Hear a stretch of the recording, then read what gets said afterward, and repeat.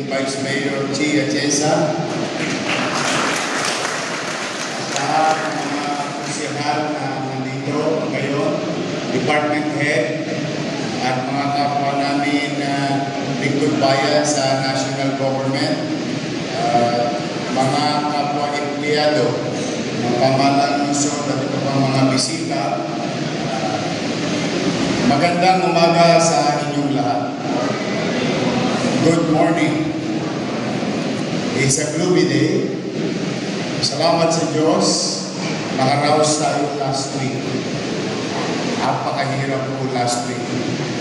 Talagang kami nila Andres, Randy Sada, Kenneth Amurao, Arnel Angeles, MTPB, Dennis Biyahe, hindi kami maganda-ugaga na kung paano maging ligtas para sa lahat ang kalsada ng Luzon sa kasagsagan ng bagyo. Salamat sa Diyos, nakaraos tayo. Ngunit bukas, magsipaghanda kayo. Baka meron na paparating.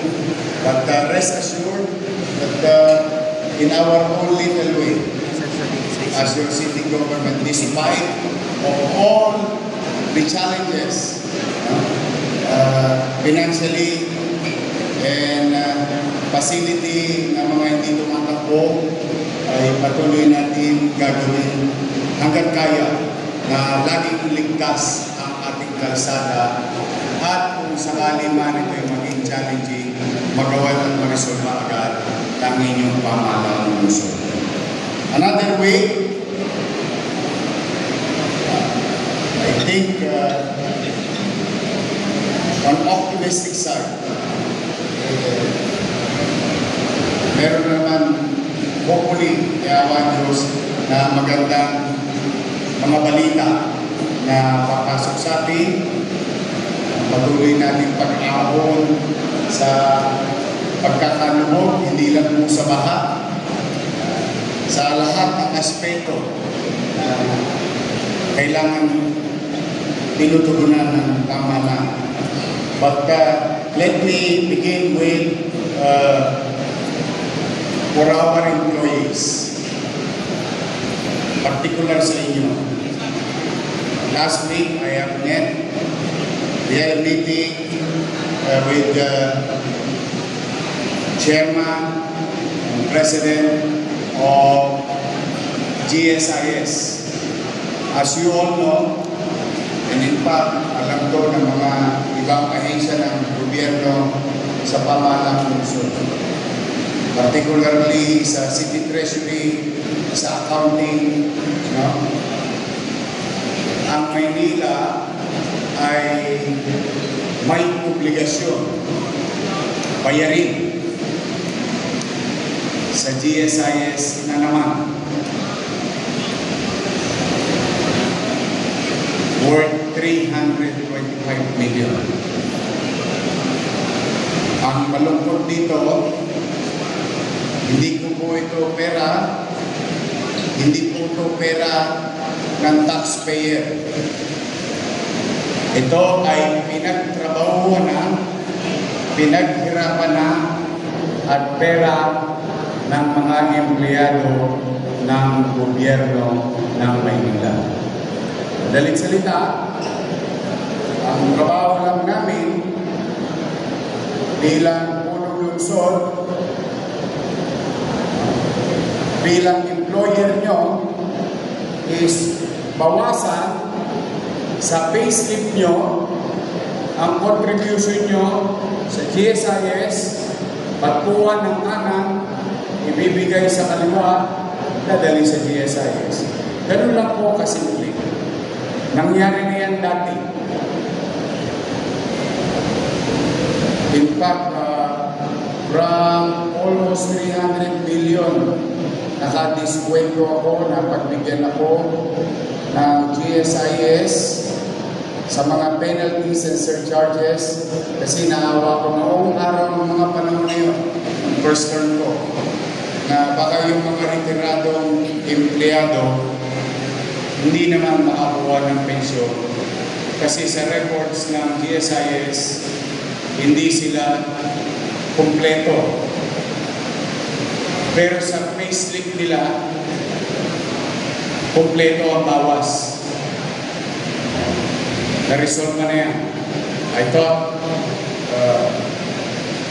pagtutuunan ng pasin niya ng nakaraan, ngunit umulit yung problema. At kagano po mga empleyado, mga kasama ko naglilingkod sa bayan, pumanatag kayo. I think I had a very productive meeting kay President and General Manager or Chairman Vic Veloso ng GSIS and the entire team ng GSIS. So, kung dati, actually sila may sabi nito, hindi naman ako, during the meeting. Sabi nila, nung panahon natin, updated, in fact, nakabigay pa sila, naalala nila yung naka-display ko sa wall ko, Certificate of Completion or Payment, Complete Payment. But anyway, we're gonna face these challenges. Hindi ko hayaan na mapariwara yung inyong mga inulong or kontribusyon. Pipilitin ko po na ma-resolve ulit yan. Now, usapang retiro, usapang retirement.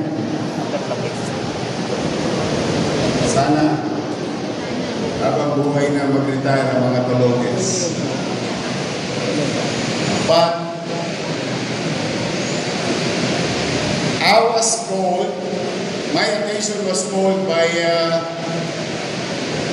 OIC City Treasurer Attorney Paul Vega na may mga empleyado tayo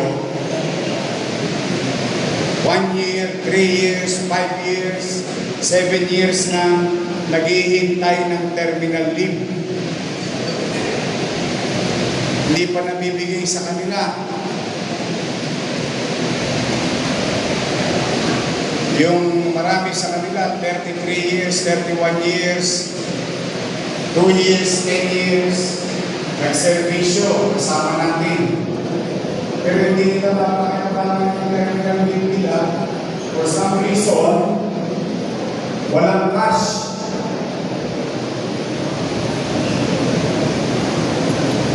At alam niyo naman din, talagang wala akong cash ngayon. Pero, sabi ko kay Paul, alam mo Paul, totoo mahirap ang pera natin ngayon. Pero, ano ba kung pwede natin maisukuli sa ating mga kapwa-kawaling na kasama natin naglingkod sa kapwa-kawaling? The least thing that we can do for them is to care and show understanding and deep importance and value sa mahabang panahon ng servisyo nila. So sabi ko sa kanya, pagkakaba ako din, kasi yung mga 40 akong empleyado, kumagin po kayo sa bangko. 23 million pesos. Pero yung cash advance ng isang individual, nauna pa 194 million pesos. So where is justice there? If we, in office of the mayor, pinatasan yung isang department head, uy, mag-cash advance ka. Mag-cash advance ka. Halos 200 milyon. 3 cheque, isang araw, May 9. Siya, o yung liderato, okay lang na mag-cash advance siya, pero yung empleyado na may 23 million worth tama na pera, nauna yung cash advance or kung anong gagamitin, hindi ko alam. Pero yung corporate empleyado, dapat mo pwede nakuha. But the long story short, and I said to Paul, kahit wala tayong pera, unahin mo sila.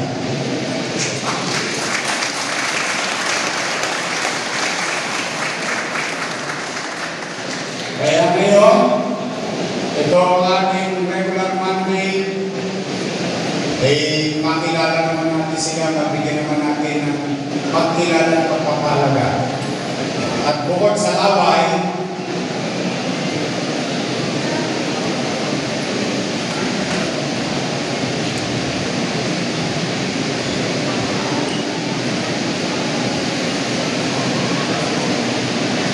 gawa na yung check nila.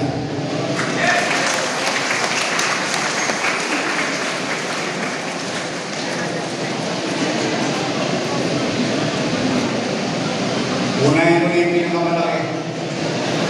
Sana all. 31 years in service. Dr. Romeo B. Canto. Patrolisa sa parang yun. Tapos siguro kami kung saan dadaan mamaya. Kunti lang naman yung makukuha na niya at makukuha ng pamilya niya. Magagamit niya sa mga darating na araw, linggo, buwan, taon. Amounting to 4,483,700.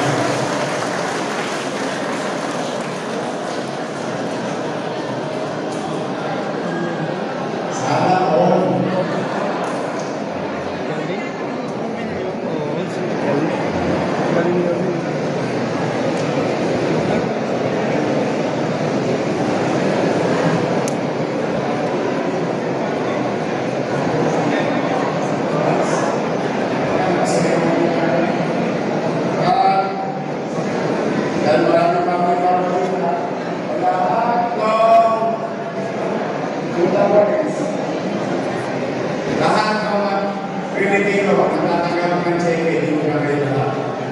Sabi ko, kaya tingnan niyo naman ang mga pila ng mga buong I love you. Kaya, sabi ko kayo.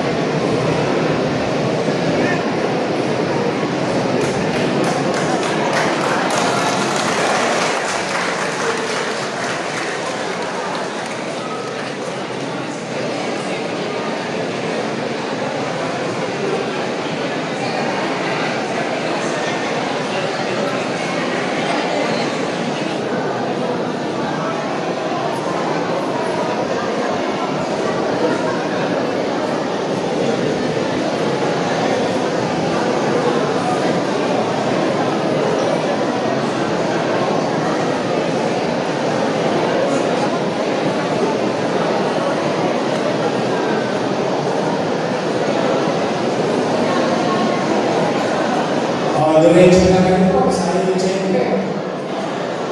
Okay. Sa mga kapwa ko yung piyado, palakpakan naman natin sila.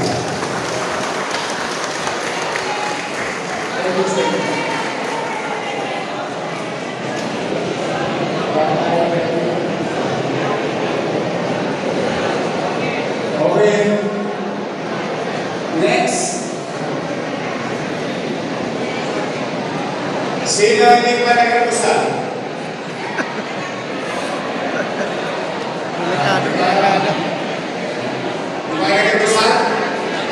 Nilipas din yan. Then, may hinanda sa atin ang ating private partners in development of the city of Manila. Ang Maynila, may pachicha mamaya. Ano dyan na sa tingin, ano? Tirahin niya mamaya, 1 trillion. 1 kusawa. Mamaya, kasi ano daanan ninyo. Pagpapakalan natin yung Manila. And speaking of Manila, I would like to inform you, ano yan, nagsusunod-sunod eh. Salamat sa Diyos talaga. Nagsusunod-sunod. SM San Lazaro will have redevelopment. SM Manila will have redevelopment. DOTR, papasok po sa atin ng trend. May development tayo. Tapos, ang negosyo, bumigay ko po lang last week, bumigay ko po lang 433 new businesses in the city of Manila.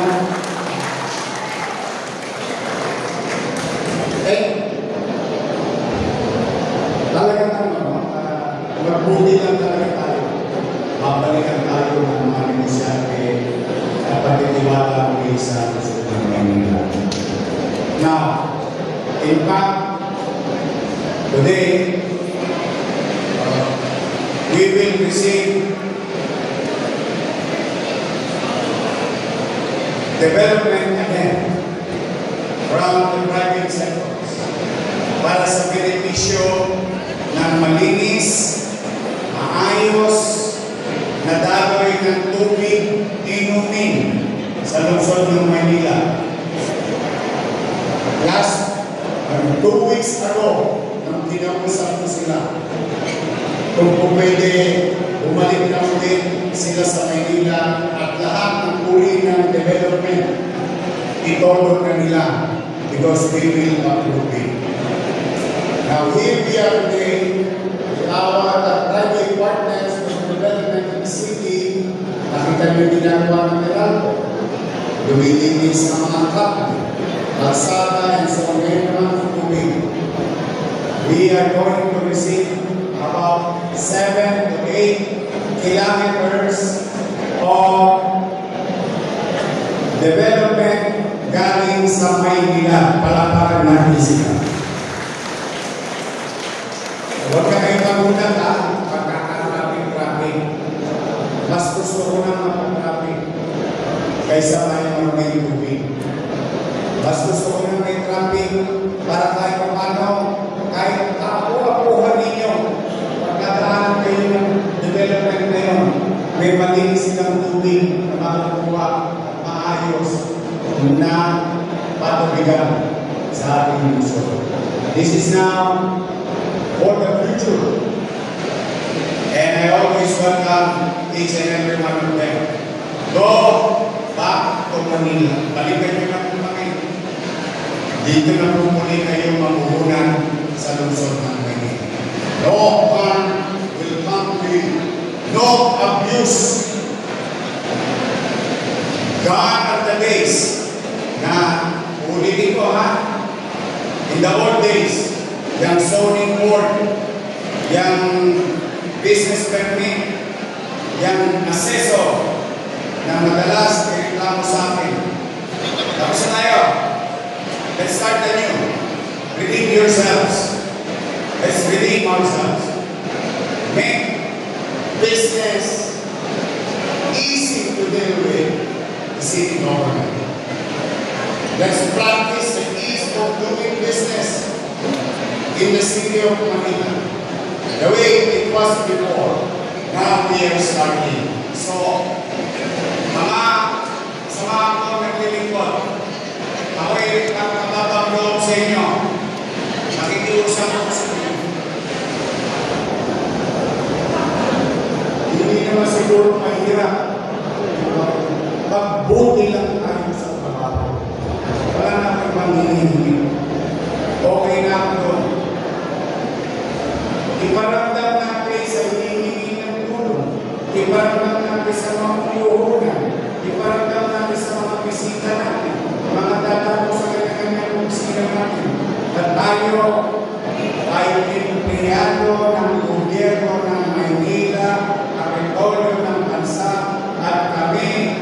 tularan ng mga empleyado sa buong Pilipinas. Take pride on it. Premiado kayo ng empleyado. Ibalik ninyo ang daan ng pagiging empleyado ninyo. Alam ko, marami din ang sa inyo. Alam ko, marami din ang mga sa inyo. Alam ko, marami din ang puso sa inyo. Ang inyong mga amo-amo nung araw. Ngayon, I will not tolerate abuse. I will not. I may not be perfect, and it will not be perfect, but no abuse will be done. Kaya, mga kapag-empleyado, basta yung problema nyo, o problemahin ko. Yung problema ng syudad, problemahin natin lahat. Sagot ko kayo. Umanatag kayo. What is due for you will be given to you. That I commit to you. But also, we have commitment to the city. Gawin natin maliwalas at panatag ang mamubuhay sa Manila. Balik natin yung tamas ng ilong natin. Tayo ang mga batang Manila. Tayo mga manalim. Tulad ng awit. Awit ng Manila. Manila, Manila, dalhin mo ang bandila. That's what is written in our global anthem for the city of Manila. Kaya niyo, nagawa niyo dati, uulitin na lang natin. And I always believe. So have a good week, healthy, malusog, at ligtas na nilo. Mag-ingat kayo. Kailangan ko kayo. I love you.